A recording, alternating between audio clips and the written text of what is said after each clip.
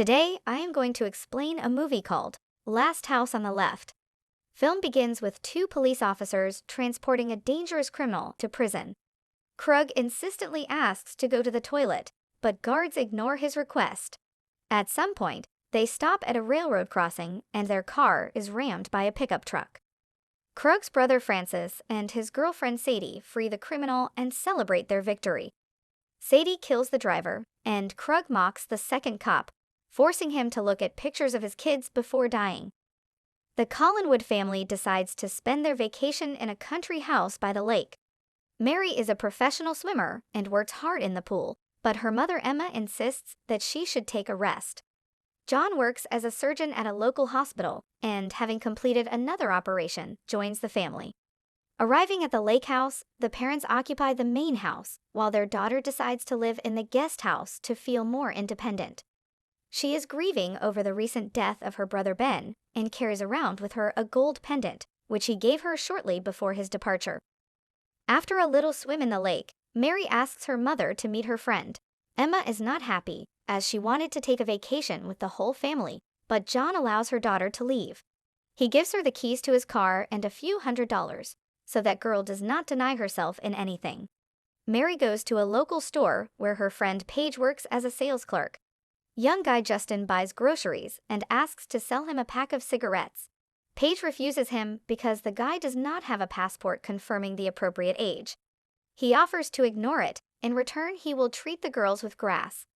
Paige agrees to Justin's terms, and the three of them go to a motel nearby. While Mary stays in the car, Justin and Paige go to his room. Girl promised to return in a couple of minutes, but is delayed. Mary enters the room and sees how the couple relaxing smoking a cigarette. She is properly brought up and does not want to join, but Paige insists on her. Soon Emma calls her daughter and asks how soon she will return, but Mary says that she will arrive in the morning and stay overnight with a friend. The girls and Justin have fun, chat, and change the guy's image to make him more attractive. At this moment, Justin's father appears in the room along with his brother and girlfriend. Guy did not expect their appearance today and understands that this will be a big problem. Mary and Paige realize they need to leave, but Krug won't let them. He noticed an SUV nearby, and after learning that it belongs to one of the girls, he decided to use it to get away from here as soon as possible. Krug and Sadie's faces are all over the newspapers, so they need to hide. Francis threatens Paige with a knife and girl, pushing him away, closes herself in the bathroom. She tries to call someone for help or call the police, but Francis immediately kicks the door. He punishes the girl for her bad behavior and smashes Paige and Mary's phones. Everyone gets into Mary's car and leaves the motel. At some point, they notice a patrol car and drive into the forest. Krug does not understand where to go next, and Mary advises to turn left, as she is better versed in this area. Realizing that the trip does not bode well, Mary activates the cigarette lighter with her foot. As soon as they drive past the turnoff to her house, girl grabs a cigarette lighter and burns Sadie's head with it. She tries to jump out of car, and as a result of the struggle, the car drives off the road into a cliff. As a result of a collision with a tree, Francis broke his nose. The rest escaped with minor injuries. Girls try to run, but they start to be beaten. Paige uses the right moment and tries to run away. Francis and Sadie pursue her, but girl manages to hide in a hole. As soon as the criminals run past, Paige heads the other way and sees the plant. She calls for help, but Francis manages to catch her. The girl fights back, but Sadie helps Krug's brother and neutralizes the fugitive. After tying up, they bring Paige back. Krug invites Justin to become a man and take advantage of one of the girls. Guy resists this, and Mary struggles to fight off the persistent men. Paige plucked up courage and calls Krug a noob. This angers the man, and he stabs the bound girl in the stomach with a knife. Francis helps him and also stabs her in the back, causing the girl to slowly and painfully die from blood loss. Krug decides to show his son how to deal with girls and takes Mary by force. Sadie helps him and watches how dirtily uses a defenseless beauty. Mary sees that her friend is dead and does not want to become easy prey. Groping for a rock, she hits Krug on the head and runs towards the lake to try swim away. The criminal pursues her and shoots from a pistol until the moment he hits the girl. Seeing that after that Mary floated to the top, Krug and Sadie leave. The unsuspecting parents, who think that their daughter is staying at a friend's house, are having dinner quietly, when suddenly there is a knock on the door. On the threshold of the house they meet Krug, Francis, Sadie, and Justin. They lie to a married couple and say that they were in a car accident. They cannot go to the hospital because their health insurance has expired. Family is ready to help and take them, but they will have to wait until morning, as car was taken by the daughter, who went to her friend. John invites them to rest and have dinner, and at the same time to set and sew up the nose of one of the victims. The surgeon performs a simple operation when suddenly, due to bad weather, the light in the house goes out. Man leaves to start the generator, while Emma continues to communicate with Krug, trying to figure out how they got here. Francis fears that they will be exposed and holds a knife to kill inquisitive woman, but Krug tricks her and tells the story that their father used to love coming here. John soon restores power and returns to the house to stitch up Francis' nose. Emma helps treat his wounds with antiseptic and tends to Justin by making him hot chocolate. There is a terrible downpour outside the window, the phone does not work, and it will not be possible to call a taxi.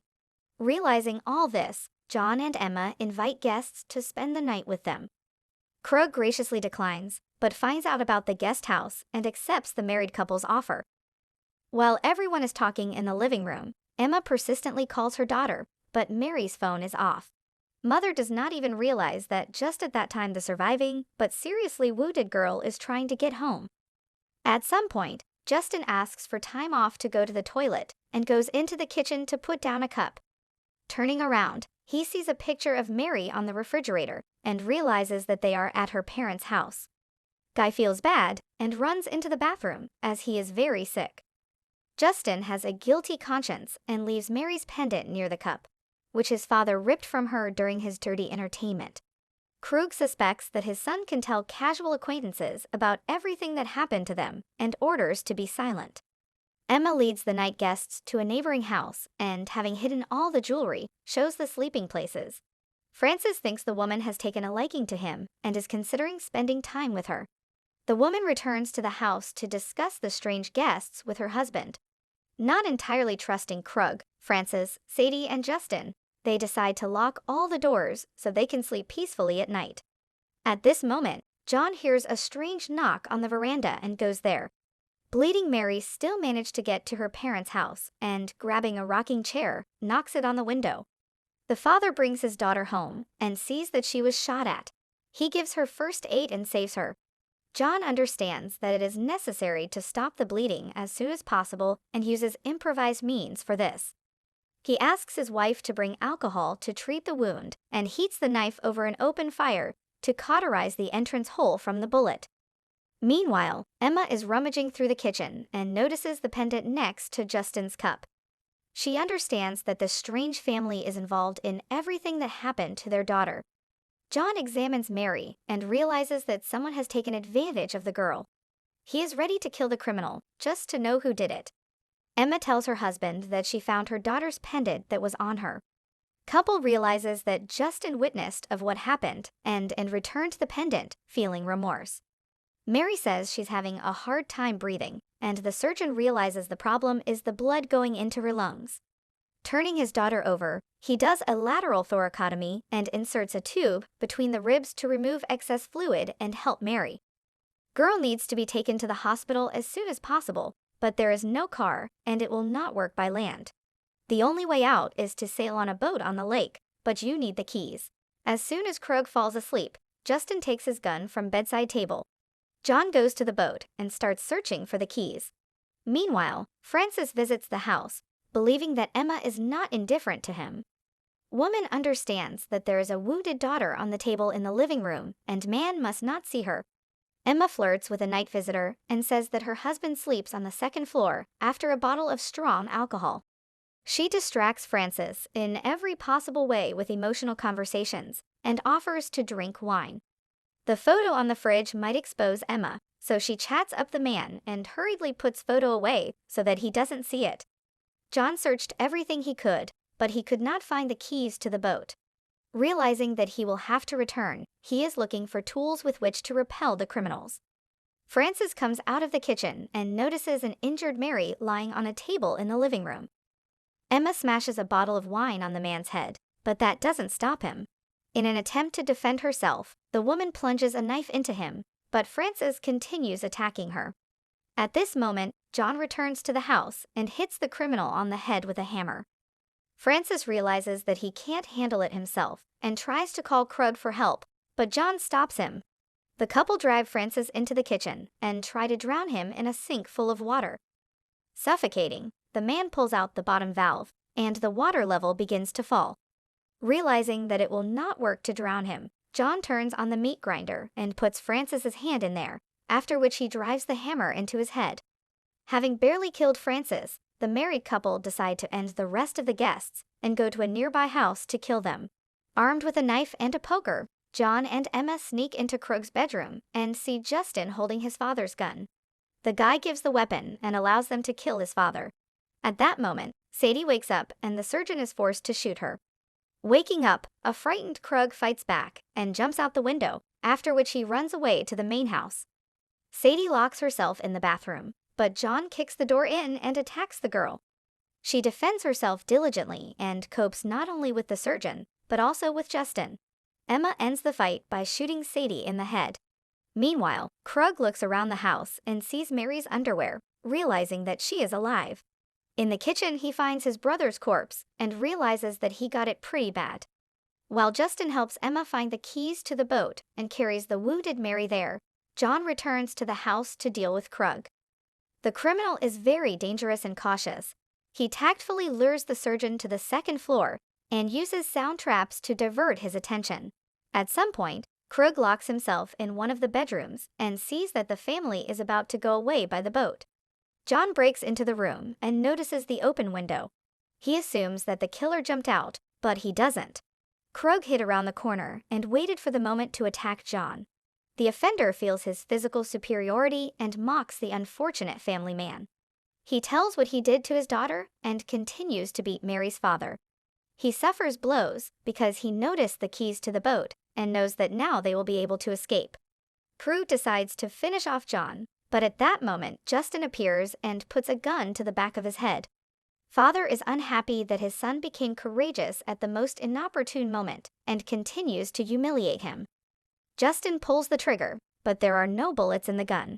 Krug understands this and, pinning his son against the wall, beats him in the stomach with a poker. Emma returns to the house in time and hits Krug with a fire extinguisher. A married couple attacks the offender from two sides and beats him to an insensible state. At dawn, the wounded Justin and Mary, as well as Emma and John, sail away on a boat to safety. Soon the surgeon returns to the house to deal with the last villain.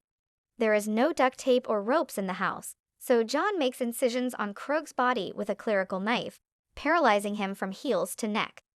The criminal is nervous, but the surgeon calms him down and promises that everything will be fine. Rolling a microwave oven, which he managed to fix the day before, John puts Krug's head inside and turns on the household appliance. The suffering and pain of the criminal ends with the fact that his head explodes, flying into small pieces. The movie ends. Thank you for watching,